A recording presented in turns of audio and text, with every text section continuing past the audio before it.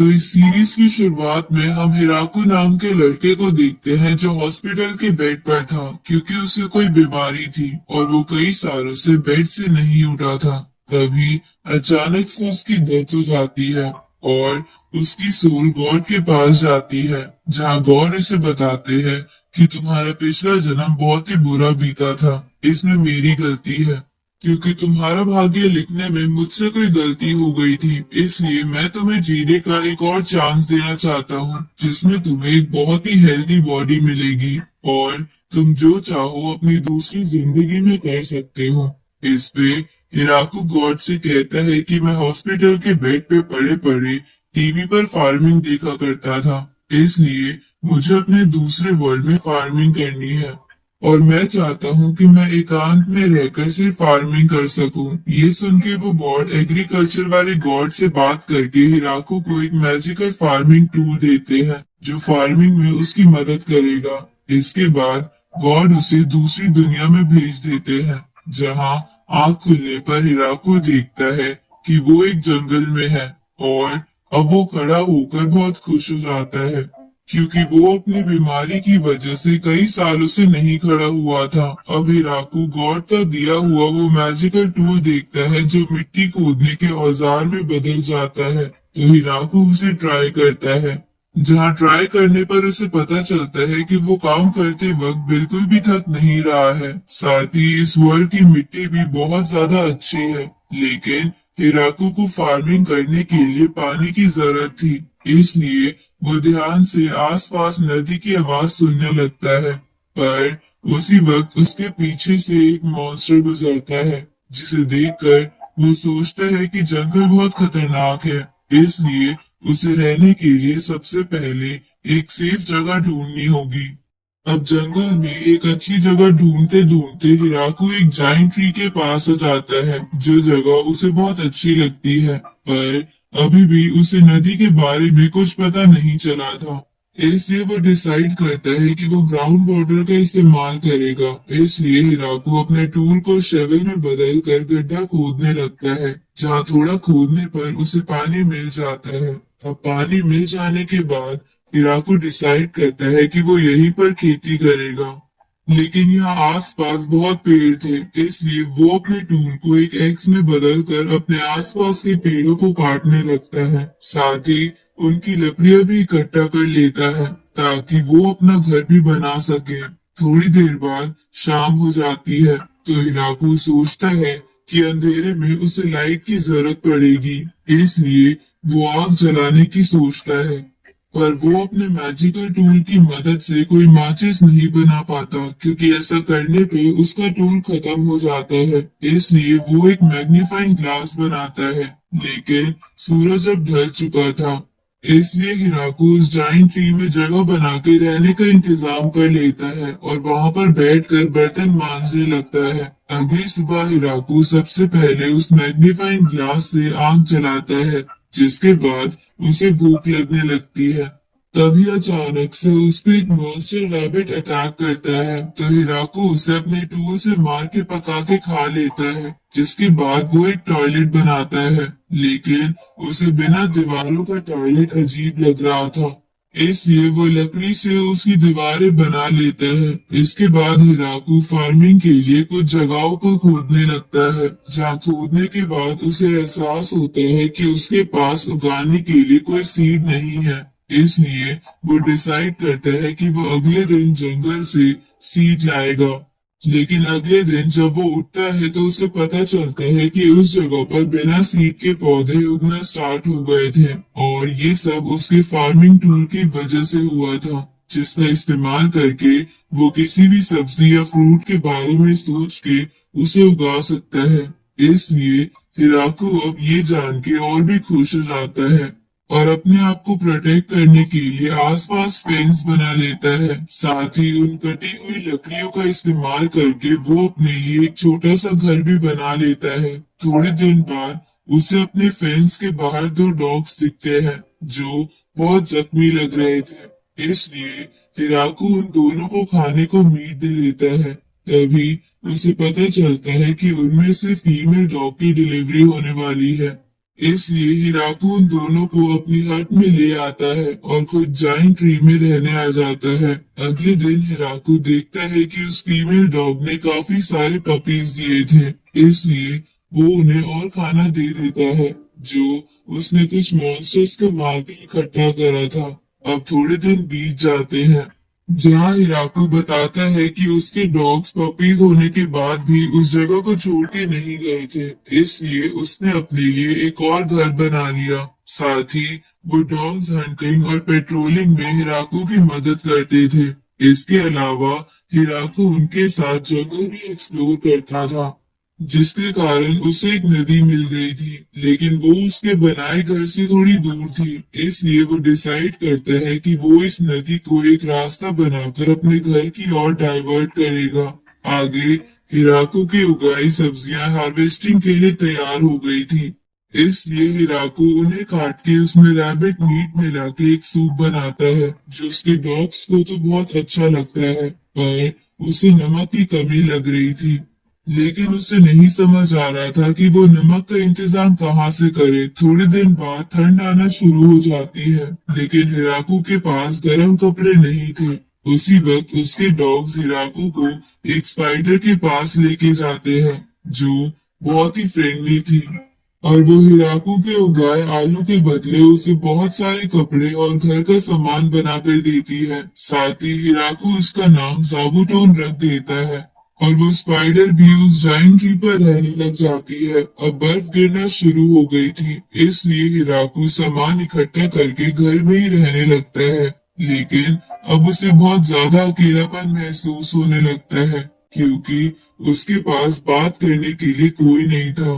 कुछ महीनों बाद सर्दियां चली जाती है और सर्दियों के बाद हिराकू घर से बाहर निकलता है तो वो देखता है जाबूटोन और उसके डॉग्स के पपीज के भी पपीज हो गए हैं। तभी जाबूटोन सबको बेल बजा के अलर्ट करने लगता है, तो हिराकू जंगल में जाके देखता है, जहाँ उसे छोटी लड़की दिखती है जो कि असल में एक वैम्पायर थी और वो किसी से बच के भाग रही थी। तो हिराकू उसकी इंजर्ड हालत देखकर उसे अपना खून पीने को देता है, जहाँ खून पीने के बाद वो वैम्पायर लड़की वापस अपनी असली फॉर्म में आ जाती है, जहाँ हमें पता चलता है कि वो हिराकू की ही एज की है।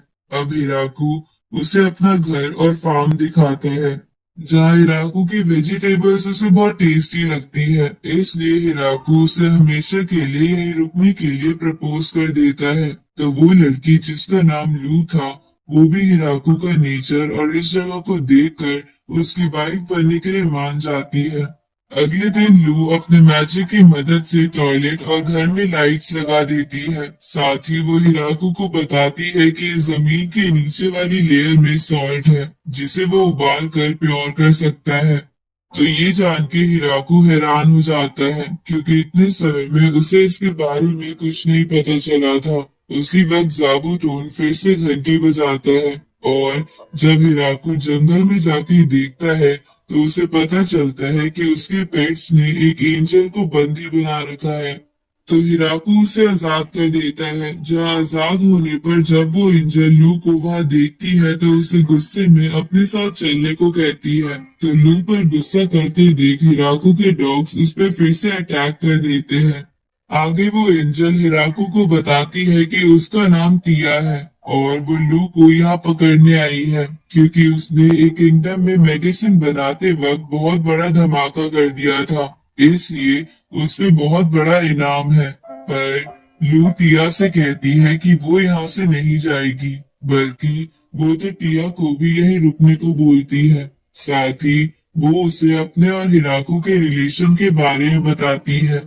तो ये जान के टिया हैरान हो जाती है। इसके बाद लू टिया को क्रॉप फील्ड दिखाने लगती है, जहाँ जब टिया उन सब्जियों को टेस्ट करती है तो उसे वो बहुत पसंद आती है और हिराकू की उगाई गई स्ट्रॉबेरीज चखकर टिया बहुत खुश हो जाती है, इसलिए वो यहाँ रुकने के लिए मान जाती है और यहाँ लू और हिराकू की फार्मिंग में मदद करने लगती है।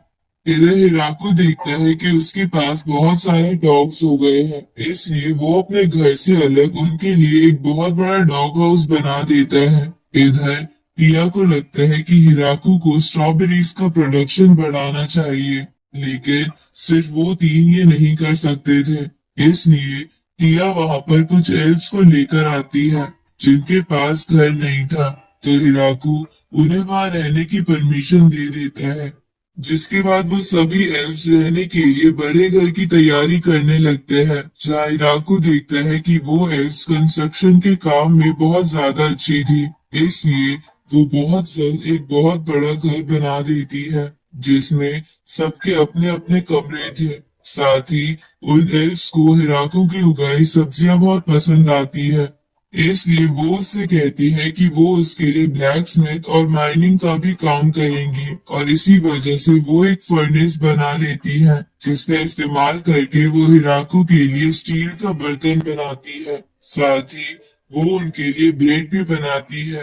तो इतना सब कुछ देखकर हिराकू बहुत खुश हो जाता है और लू से पूछता है कि हमने यहाँ घर तो बना लिया है, पर ये जगह किसी को बिलोंग तो नहीं करती ना। इस पे लू उसे बताती है कि ये जगह डीमन लॉर्ड की है, पर उसे नहीं लगता कि वो उसे परेशान करेंगे। शाम को एल्स, लू और टिया आपस में बात करने लगते हैं कि हिराकू बहुत ज्यादा अलग है, क्योंकि वो बड़े आराम से बहुत बड़े बड़े पेड़ को काट देता है, और उसने इन्फर्नो वोल्फ और खतरनाक स्पाइडर को भी अपना पेट बना रखा है जिन मैजिक का असर नहीं होता, और बहुत लोग उनसे डरते हैं।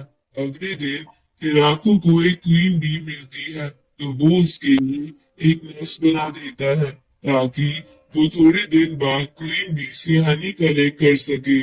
इसके बाद हिराकू तालाब जैसी चीज बनाने के लिए एक बहुत बड़ा गड्ढा कर देता है, तो लू इस बारे में उससे पूछती है, तो हिराकू उससे कहता है कि मैं यहाँ पानी इकट्ठा करना चाहता हूँ ताकि हमें बार बार कुएं से पानी ना निकालना पड़े।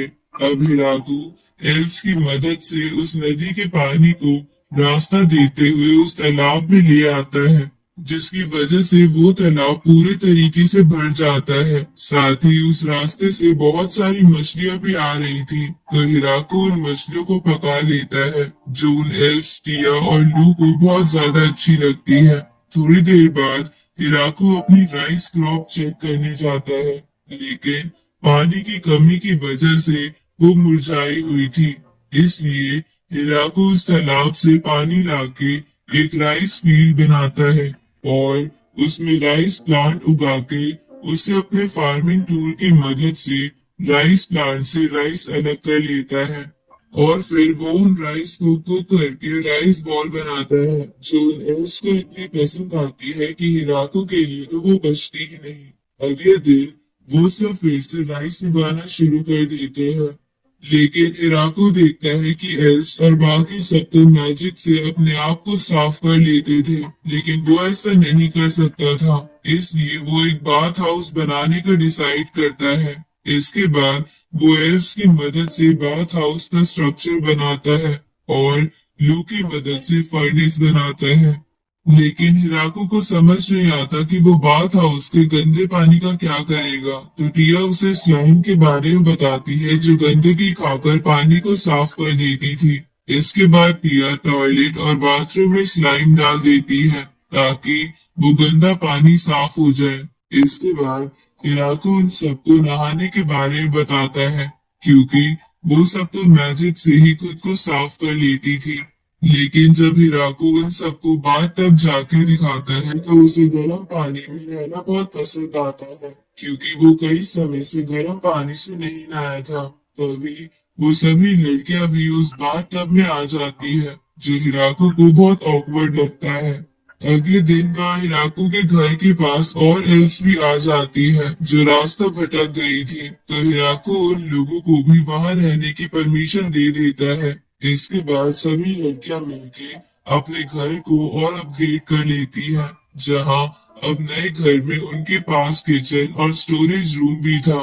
इसलिए हिराकू को वो बहुत पसंद आता है। तो घर बनाने के बाद सबको बहुत भूख लगने लगती है, इसलिए हिराकू उन सबसे कहते हैं कि आज मैं नान और सब्जी बनाऊंगा। इसके बाद हिराकू सारे मसाले इकट्ठा करने लगता है, जहाँ वो धनिया भी कलेक्ट करता है।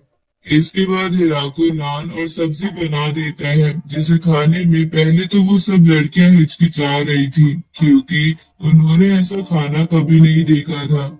लेकिन हिराको के खाने के बाद वो तो दो दो बार खाना खाती है। अब थोड़े दिन बाद सर्दी आना स्टार्ट हो गई थी, इसलिए हिराको और बाकी सब सर्दियों की तैयारी करने लगते हैं। जहाँ सबसे पहले हिराको लकड़ी जमा करता है और साबुतोन से कंबल बनवाता है, और उधर बाकी सब लड़कियां बाहर के लिए खाना स्टोर कर रही थी। जो सब काम वो मैजिक से कर रही थी, इसलिए हिराको थोड़ा निराश होने लगता है, क्योंकि वो मैजिक इस्तेमाल नहीं कर सकता था। पर लू उसे मोटिवेट करती है कि उनके यहाँ सबसे ज्यादा वही इम्पोर्टेंट है।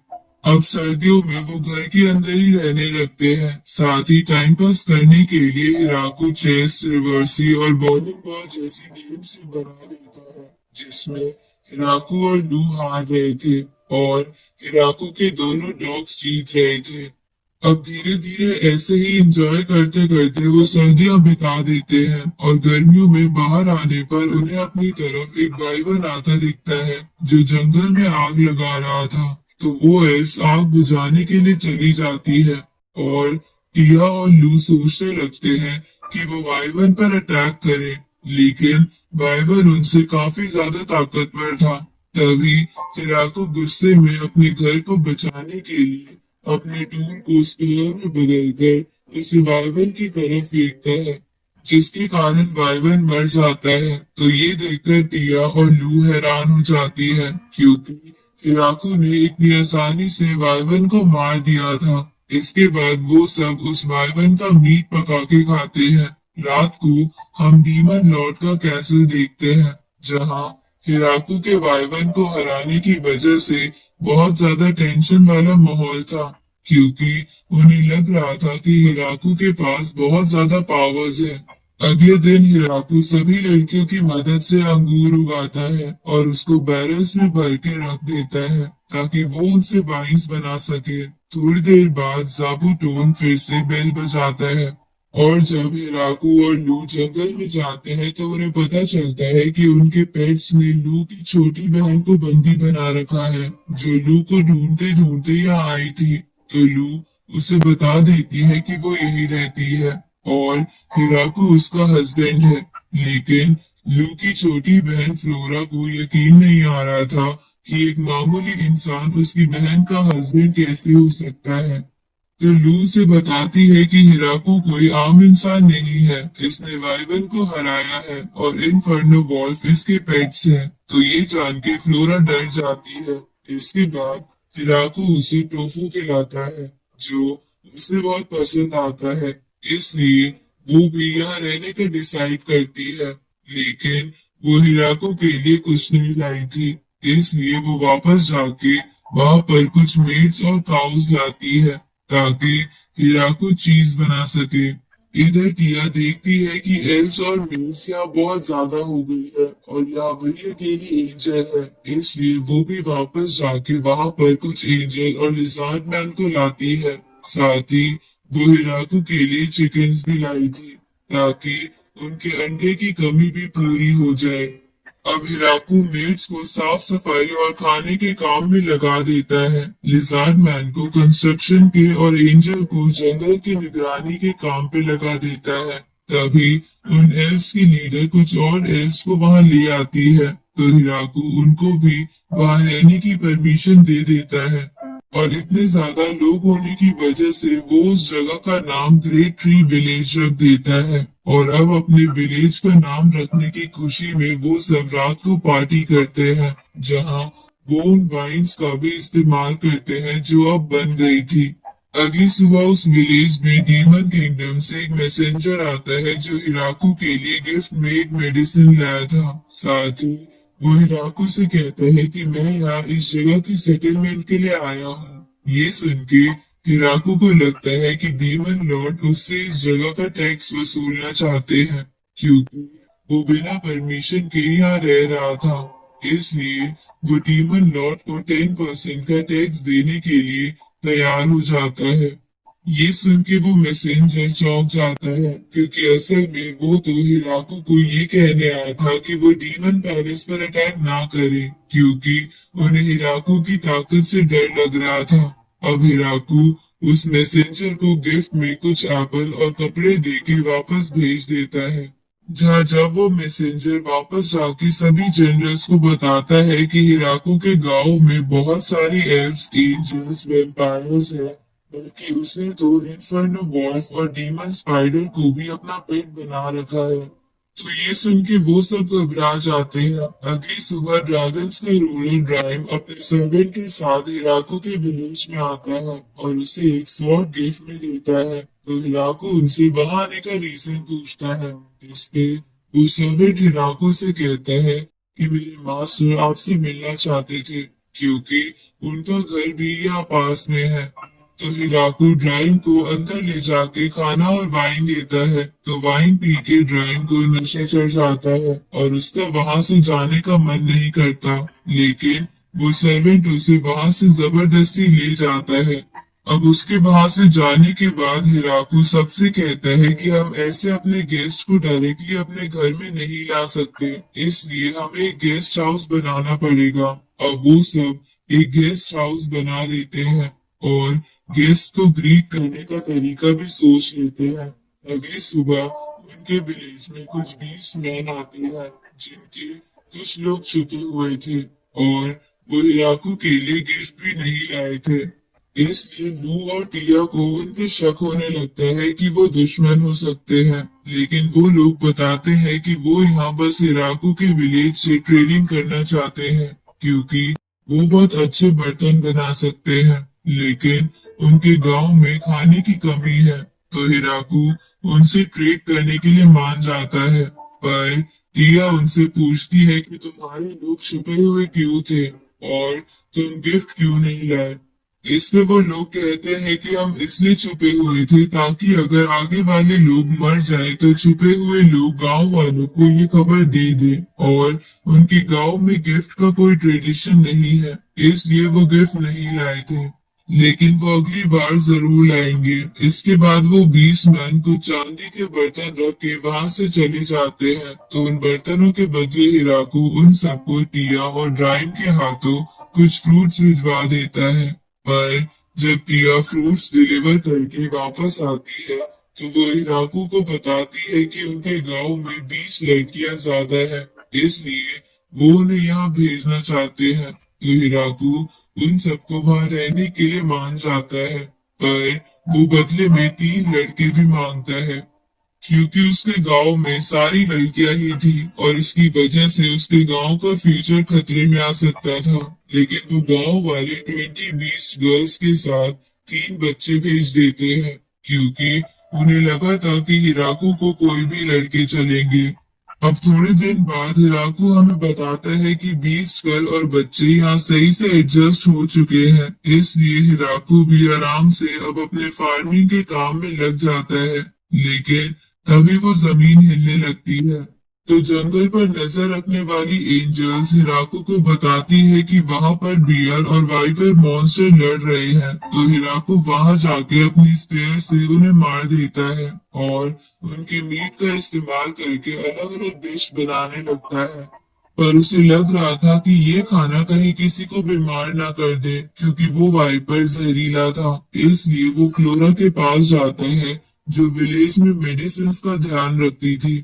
इसलिए हिराकू उसके पास जाके उससे कहता है कि क्या तुम्हारे पास माइक्रो ऑर्गेन्स को मारने के लिए कुछ है। तो फ्लोरा उसे वो दे देती है। उसी वक्त लू आके हिराकू को बताती है कि हमारे विलेज में कुछ गेस्ट आए हैं जो कि कुछ डॉर्स थे जो हिराकू की वाइन्स चाहते थे और इसके बदले वो उन सबको अल्कोहल बना के दे सकते थे। तो हिराकू इसके लिए मान जाता है और अब वो डॉर्स भी उस विलेज में रहने लगते हैं और उन सबको विस्की बना के पिलाते हैं जो बहुत ही स्ट्रांग थी, इसलिए वो सबको बहुत अच्छी लगती है। अगले दिन हिराकू अपने विलेज के ऊपर 3 ड्रैगन्स को देखता है जो आपस में लड़ रहे थे। तो हिराकू उन तीनों को मारने का सोचता है और उन पे भाला फेंक देता है। तो वो ड्रैगन्स बड़ी मुश्किल से उससे बचते हैं। तभी ड्राइम का सर्वेंट वहां आता है और हिराकू से कहता है कि ये ड्रैगन्स ड्राइम, उसकी बीवी और उसकी बेटी है। इसके बाद वो तीनों अपनी ह्यूमन फॉर्म में आ जाते हैं। तो हिराकू उनसे वहां आने का रीजन पूछता है। इस पे ड्राइम उसे बताता है कि मेरी बीवी को शक था कि मेरा कहीं अफेयर है, इसलिए मैं घर से ज्यादा देर बाहर रहता हूँ और इसी कारण वो मेरे पीछे पीछे यहाँ आई है। तो ये जान के हिराकू उनसे हमले के लिए माफी मांगता है और उनको अकेला छोड़ के वापस काम में लग जाता है। जिसके बाद ड्राइम अपनी बीवी से कहता है, देखा, मैं सच बोल रहा था कि मैं यहीं आता हूँ और मैं यहाँ भी अपने रिलेशन अच्छे करने के लिए आता हूँ, क्योंकि हम हिराकू और इसके विलेज से पंगा नहीं ले सकते। तो ड्राइम की बीवी अपनी बेटी लास्टी को उस विलेज में रुकने को कहती है ताकि वो ध्यान रखे कि हिराकू कभी उनके खिलाफ ना हो जाए। अब हिराकू लास्टी को बाकी विलेजेस के ऑर्डर लेने के काम में लगा देता है, क्योंकि वो बाकी काम ठीक से नहीं कर पा रही थी। तभी वहाँ वही डीमन लॉर्ड का मैसेंजर आता है और जब वो वहाँ लास्टी को देखता है तो वो चौंक जाता है कि ड्रैगन्स यहाँ काम कर रहे हैं। इसलिए वो अपनी बेटी फ्लोरम को भी हिराकू के विलेज में रहने के लिए भेज देता है। तो फ्लोरम भी धीरे धीरे उस गांव की पूरी डिटेल्स इकट्ठा करने लगती है। अगली सुबह हिराकू कहता है कि मेरा मन सी फूड खाने का कर रहा है। तो फ्लोरम सबको बताती है कि मैं पास वाली पोर्ट सिटी की कंपनी के मालिक को जानती हूँ, जिनसे हम ट्रेडिंग कर सकते हैं। तो लास्टी फ्लोरम को लेकर उस कंपनी के मालिक के पास ले जाती है, जो लास्टी को वहां देखकर बहुत ज्यादा डर जाता है। लेकिन जब वो उनके लाए हुए फ्रूट्स देखता है तो उसे बहुत खुशी होती है, क्योंकि वो उनसे काफी प्रॉफिट कमा सकता था। इसलिए वो इस डील के लिए मान जाता है और पर्सनली कुछ फिशेस डिलीवर करने के लिए हिराकू के विलेज में आता है। लेकिन वहां भी वो सभी एंजल और एल्स को देखकर अंदर से बहुत डरा हुआ था, पर अपने डर को छुपाते हुए वो हिराकू से कहता है कि मैं अभी बस फिशेस लाया हूँ और बाकी सामान मैं बाद में भिजवा दूंगा। साथ ही मैं ये कहना चाहता हूँ कि मैं आपके विलेज का ऑफिशियल ट्रेडर बनना चाहता हूँ, क्योंकि मैं आपके सामान को ज्यादा कीमत पर बिकवा सकता हूँ। तो हिराकू इसके लिए मान जाता है। अगली सुबह हिराकू अपने विलेज के सामने एक ड्रैगन को देखता है, जिसे जंगल पर नजर रख रही एंजल्स भी नहीं रोक पाई। तो हिराकू उस पर अटैक करता है, लेकिन वो पहले अटैक से बच जाती है, लेकिन दूसरे अटैक से वो इंजर्ड होकर नीचे गिर जाती है और अपने ह्यूमन फॉर्म में आ जाती है।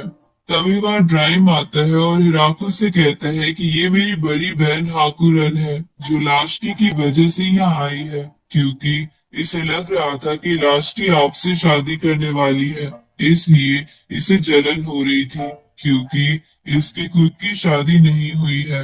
तो ये जान के हिराकू सबसे पहले हाकुरन से वो जंगल की जगह साफ करवाता है, जो जगह उसने खराब कर दी थी। इसके बाद हिराकू उसे डिनर खिलाकर वहां रहने की परमिशन दे देता है, लेकिन वो बहुत आलसी थी और कोई भी काम नहीं करती थी।